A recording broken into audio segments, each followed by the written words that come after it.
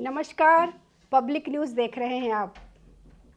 India गठबंधन की एकता पर फिर से सवाल उठने लगा है। शरद पवार की अगुवाई वाली राष्ट्रवादी कांग्रेस पार्टी एनसीपी-एससीपी ने गौरव गोगोई और डेरेक ओब्रायन की पहल पर बुलाई गई गठबंधन की एक अहम बैठक से दूरी बना ली है। यह बैठक पहलगाम आतंकी हमले, ऑपरेशन सिंदूर और भारत की विदेश नीति को लेकर चर्चा के लिए बुलाई गई है। इसमें करीब 200 सांसद का संसद सत्र विशेष सत्र को बुलाने की मांग को लेकर पत्र लिखने वाले हैं, लेकिन पवार के इस कदम ने राहुल गांधी और कांग्रेस की मुश्किलें बढ़ा दी है। शरद पवार ने कहा है कि राष्ट्रीय सुरक्षा जैसे संवेदनशील मुद्दे पर संसद में खुली बहस से ज्यादा गोपनीय सर्वदलीय बैठक बेहतर होगी। हमें देश की एकता को प्राथमिकता देनी चाहिए। उनका यह बयान कांग्रेस के आक्रामक रुख के खिलाफ एक सधी हुई चाल मानी जा रही है।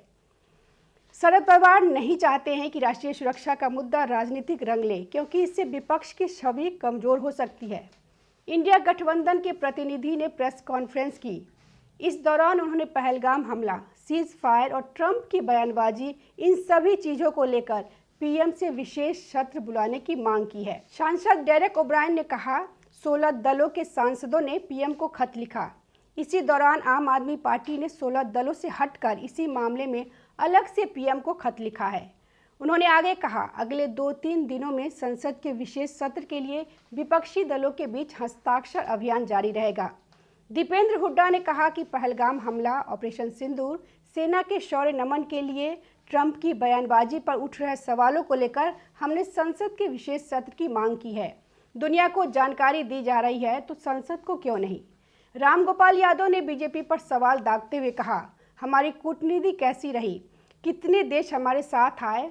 संजय राउत ने इस दौरान सवाल पूछा, प्रेसिडेंट ट्रंप के कहने पर युद्ध विराम हो सकता है तो देश के विपक्ष के कहने पर संसद का विशेष सत्र नहीं बुला सकते। मनोज झा ने कहा कि अमेरिकी राष्ट्रपति सरपंच बन रहे हैं, देश इससे आहत है, उनको संसद में जवाब देगी। दीपेंद्र सिंह हुड्डा ने कहा कि 16 राजनीतिक दलों ने अपने सभी नेताओं के माध्यम से एक चिट्ठी प्रधानमंत्री के नाम लिखी है और संयुक्त रूप से संसद के विशेष सत्र को बुलाने की मांग उठाई है। जब पहलगाम में आक्रमण हुआ तो कांग्रेस पार्टी और तमाम विपक्षी दलों ने पूर्ण रूप से देश की सरकार को जवाबी कार्रवाई करने के लिए अपना समर्थन दिया। उसके बाद जो घटनाक्रम घटित हुआ वह भी आपके सामने है।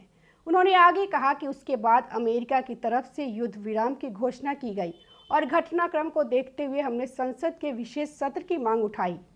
हमने कहा कि महत्वपूर्ण है कि एक ओर सभी सांसद और सभी दल विशेष सत्र के माध्यम से अपनी सेना का धन्यवाद कर सके और दूसरी ओर पूरी घटना पर सरकार बिंदुवार अपनी बात रखे।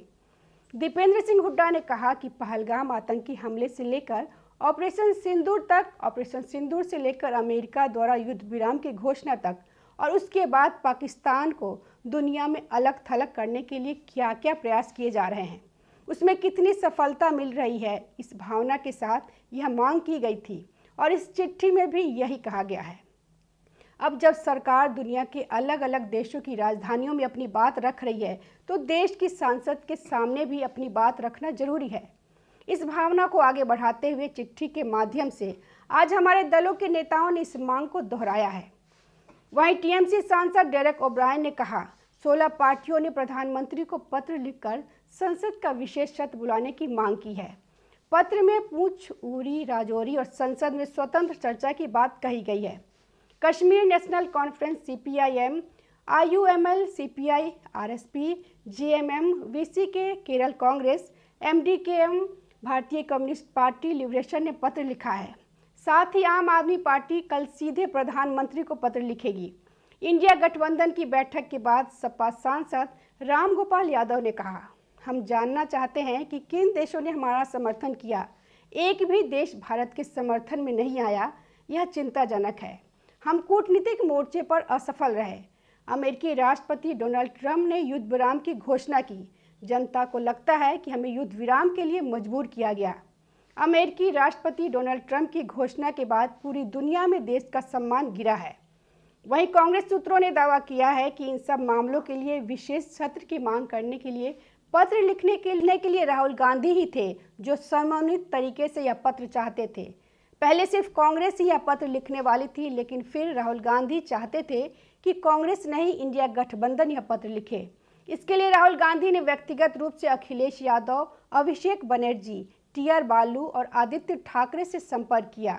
यहाँ एक तरफ कांग्रेस इस पत्र के लिए सबको इकट्ठा करने का दावा कर रही है, वहीं दूसरी तरफ टीएमसी क्लेम कर रही है कि उसने इसके लिए इनिशिएटिव लिया, लेकिन कांग्रेस बाद में बीच में कूदी।